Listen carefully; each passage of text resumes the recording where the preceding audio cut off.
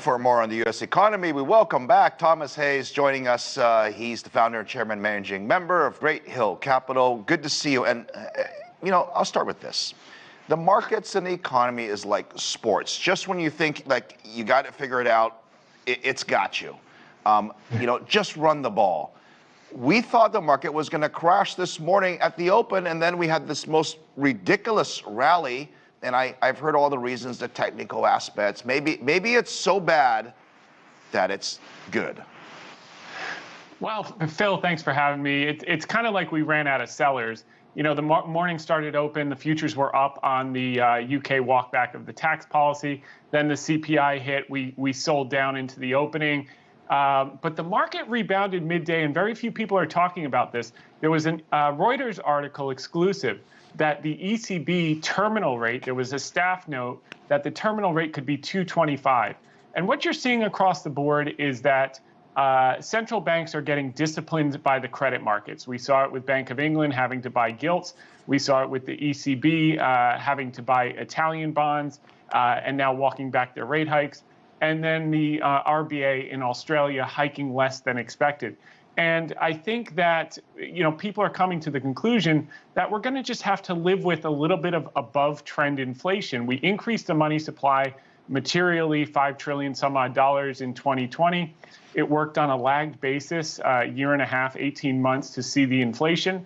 And we only started tightening in March. It's going to take 6, 12, 18 months for that to start to be reflected in the numbers, particularly the way some of those statistics are calculated, like owner's equivalent rent, which actually skewed the numbers today. If you look at the way housing prices have been dropping, the owner's equivalent rent, the housing component, which makes up 50% of the weighting, should have actually been negative 0.7%, not positive 0.7%, which would have wiped out all of inflation. But that's not going to show up for 6 to 9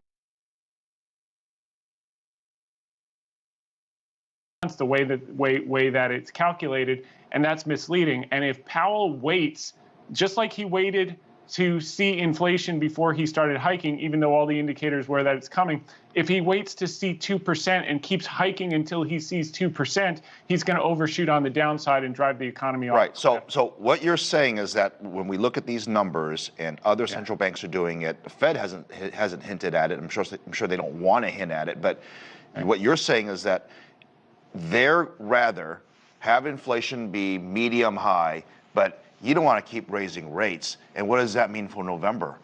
Does that mean do you think another 75 basis points? If they follow the path that they've been doing, which is overdoing it, they'll do 75.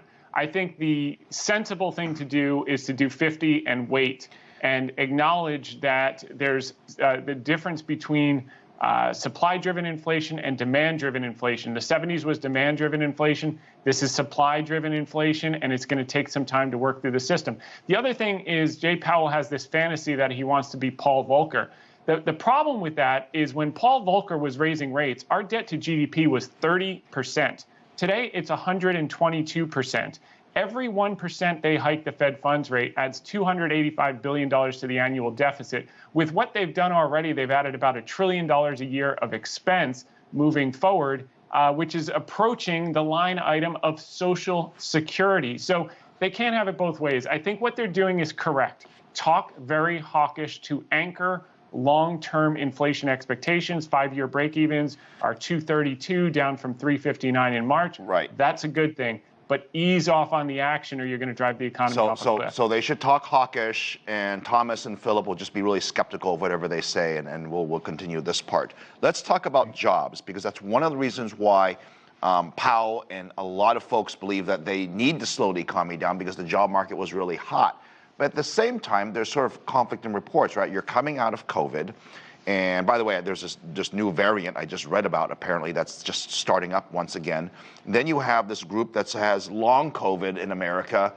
There's one report that says, I think somewhere around 4 million people have long COVID, so they're essentially taken out of the workforce. Now, from an economic perspective, if they're taken out of the workforce, then that's less people to work and fill those positions that you need in the service sector.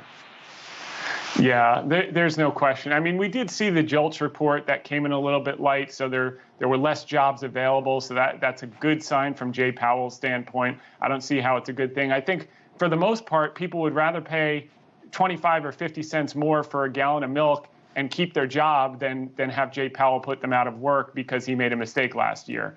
And I think that's what they need to be really careful of moving forward. And if you look back, Phil, it's actually a decent plan to run inflation above trend for 3 to 5 years. They did it from 1948 to 1953, post-World War II. They took debt to GDP down from 120% to 63% in 5 years through inflating it away. That's the plan government's been using for hundreds of years. And I think that playbook will work this time. And by that time, we can work through the supply-based inflation and let the impact of housing prices come down, commodities prices come down, work through the system, and keep everyone that wants a job employed. Prices will be a little bit higher. Wages will go up modestly. Talk hawkish. Keep long-term expectations pinned, and everything can be okay. What's the black swan event that we're worried about between now and the end of the year?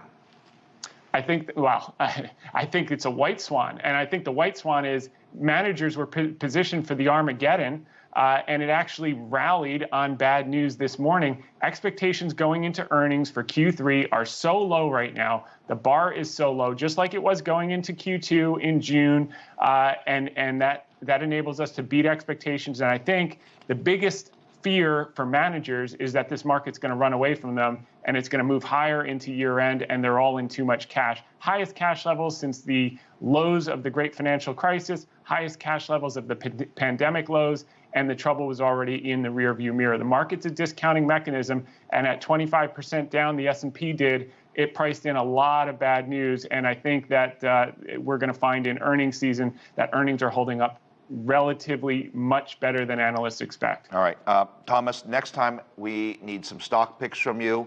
Let's go make some money. I guess things maybe aren't that bad. Thank you very much. Appreciate it. Always good to see Thomas. More